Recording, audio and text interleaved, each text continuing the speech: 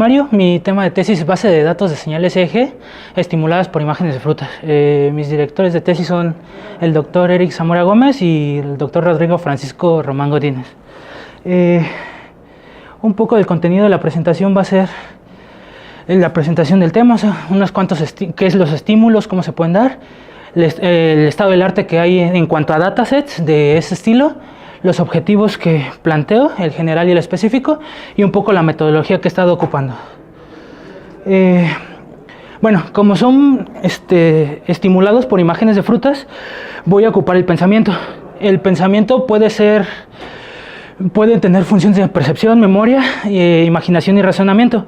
El problema aquí de pensamiento, o bueno, imaginación o pensamiento, es que no todos imaginamos de la misma manera, y es algo con lo que yo me topé conforme iba pidiéndole a la gente que que fuera imaginando la fruta que yo le iba poniendo en ese momento. Entonces, pasamos a los electroencefalogramas. Es un dispositivo que mide las señales eléctricas del cerebro conforme nosotros hacemos algún movimiento, un pensamiento o recibimos un estímulo. En este caso, se han clasificado en varios tipos de onda cerebral. La delta, que es de 0.5 a 4 Hz, se supone que es cuando estamos en relajación o durmiendo. De 4 a 8 Hz son las ondas teta, que normalmente también se relacionan con pensamiento. Las alfas son de 8 a 13 Hz, según el estado del arte, se relacionan con la creatividad y relajación. De las betas son de 13 a 30 Hz, son pensamiento consciente, y arriba de los 30 Hz es las ondas gamma, que también se consideran del pensamiento.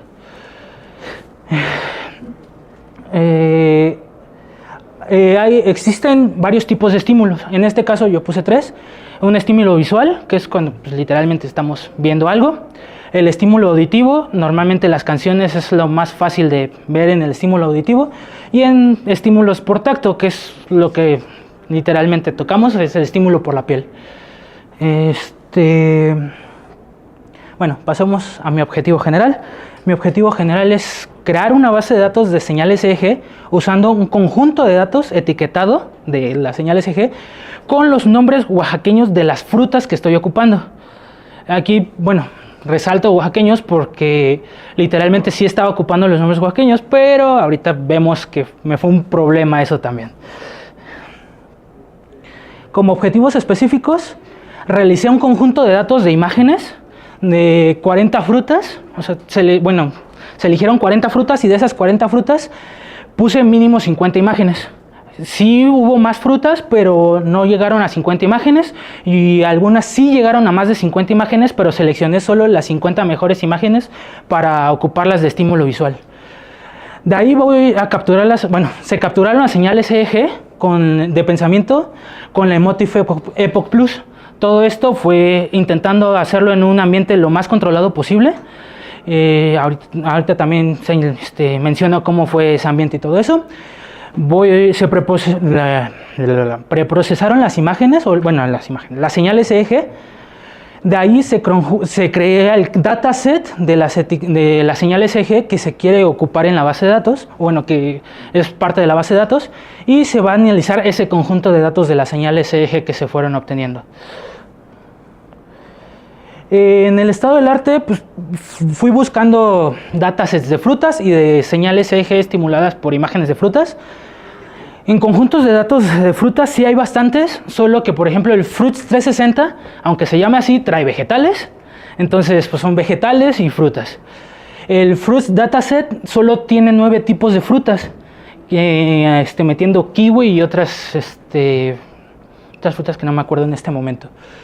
El Fruit Quality Dataset solo maneja manzanas, es para ver manzanas y cómo irlas seleccionando con un clasificador. El Mine Apple Benchmark es igual, va con manzanas. Y el Deep Near, no es cierto, el Mine Apple creo que selecciona cítricos, aunque son cítricos, son frutas cítricas que van seleccionando. Y el Deep Near son imágenes y detección de frutas, o sea, va detectando frutas. Son como de los más importantes que fui encontrando. aparte de la clasificación de calorías y bueno, del cálculo de calorías de algunas imágenes de frutas.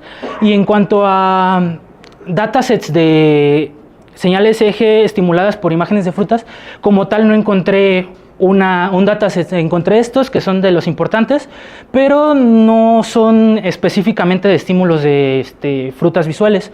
Este tiene estímulos de dolor o otras cosas adentro. Igual este tiene otros estímulos. No encontré una específica que sea un dataset específico de señales eje estimuladas o basadas en imágenes de frutas. Ok, empezamos con la metodología. Y como dije, hice el conjunto de datos de frutas. Hice que fueran 40 clases y pues mínimo 50 imágenes por clase. Cada una de las imágenes se tomaron con el fondo blanco, con el menor ruido posible y siempre en perpendicular, intentando que pues tuvieran casi el mismo aspecto siempre. Y pues aquí empezamos, bueno, aquí puedo señalar uno de los problemas que tuvo, es de que pues, no mucha gente conoce luego las frutas del mismo nombre, como por ejemplo, bueno, los que ya me conocen ya se los he preguntado, pero ¿quién sabe cómo se llama esta fruta? Muy bien. ¿Con qué otro nombre tiene? Estrella, ¿no? Fruta de estrella. Entonces ahí vamos con esto. ¿Cómo llaman esta fruta? En Oaxaca le decimos tomate, pero aquí es jitomate. Entonces ahí empezamos también con un problema de que aquí unas frutas las llaman de una manera, en Oaxaca las llamamos de otra, y entonces yo tuve que ir viendo que la gente sí fuera pensando, confiando que la gente sí fuera pensando específicamente en el nombre de la fruta que le iba diciendo. Como dije, se ocupó la Emotive Epoch Plus. Son algunas características que tiene. Son 16 canales los que ocupa, con dos canales de referencia y los otros 14 canales que miden. Tiene un muestreo de 128 a 256 señales por segundo. Tiene como sensores, tiene un acelerómetro y un magnetómetro, y su ancho de banda pues, es de 0.16 a 43 Hz.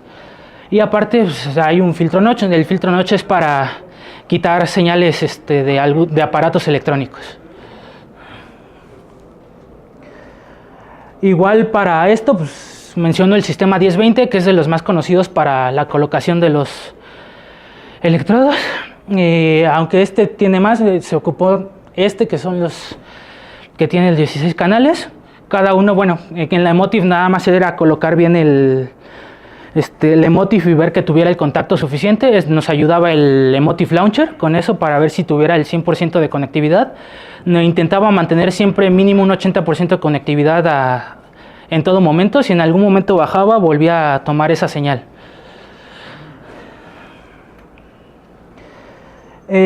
Como un protocolo de experimento, hubo selección de participantes de entre 20 a 30 años. Se vio que estuvieran sanos, o sea, sí, la doctora del SIG nos ayudó con eso, nos checó que fuera toda la gente sana en ese aspecto. Firmaron un consentimiento. Se fue preparando el equipo. Aparte del Emotive que se tuvo que calibrar, se ocupó una computadora específica para todo para la adquisición de datos y el guardado de datos. La selección de estímulos fueron de las 50 imágenes de cada fruta, se seleccionaron solo algunas al azar para ir mostrando en el video. Y el procedimiento experimental, ahorita voy a mostrar más o menos cómo tenía un video. Se pone un video de 1 minuto, donde se repite cada 20 segundos, y ahí es donde se iba grabando todo, y yo nada más iba extrayendo los 15 segundos que eran los que yo iba necesitando, donde iba pensando cada fruta. Después se iban guardando los datos en un archivo CSV y con una nomenclatura para ir sabiendo qué sujeto y qué fruta era la que se iba ocupando. Ok, para las condiciones del lugar, sí, bueno, se ocupó el cubículo 79.3SP, ahorita lo está ocupando el doctor. La ambientación, hubo una iluminación lo más suave posible, o sea, siempre apagábamos la luz e intentábamos que la luz de esa ala no afectara tanto. intentábamos que no hubiera ningún ruido posible, entonces aunque hiciera calor, literalmente entre mediciones prendíamos el ventilador un rato y ya después lo apagábamos para que no afectara ese ruido, por eso el mínimo ruido posible. En la preparación les pedíamos que evitaran la cafeína y cualquier producto para el cabello, pero si traían el cabello largo, como algunas compañeras, o bueno, en este momento yo, pedíamos que se mojaran el cabello antes. O sea, aparte de mojar nosotros el electrodo con solución salina, le pedía que se mojaran el cabello tantito para tener una mejor conectividad. En cuanto a la persona, se le pedía que se moviera lo mínimo posible, porque ya hasta mover la mano generaba una señal aparte. O sea, en este momento lo podría llamar ruido a lo que yo quisiera, y que no se distrajera y que evitara parpadear lo menos posible durante ese minuto.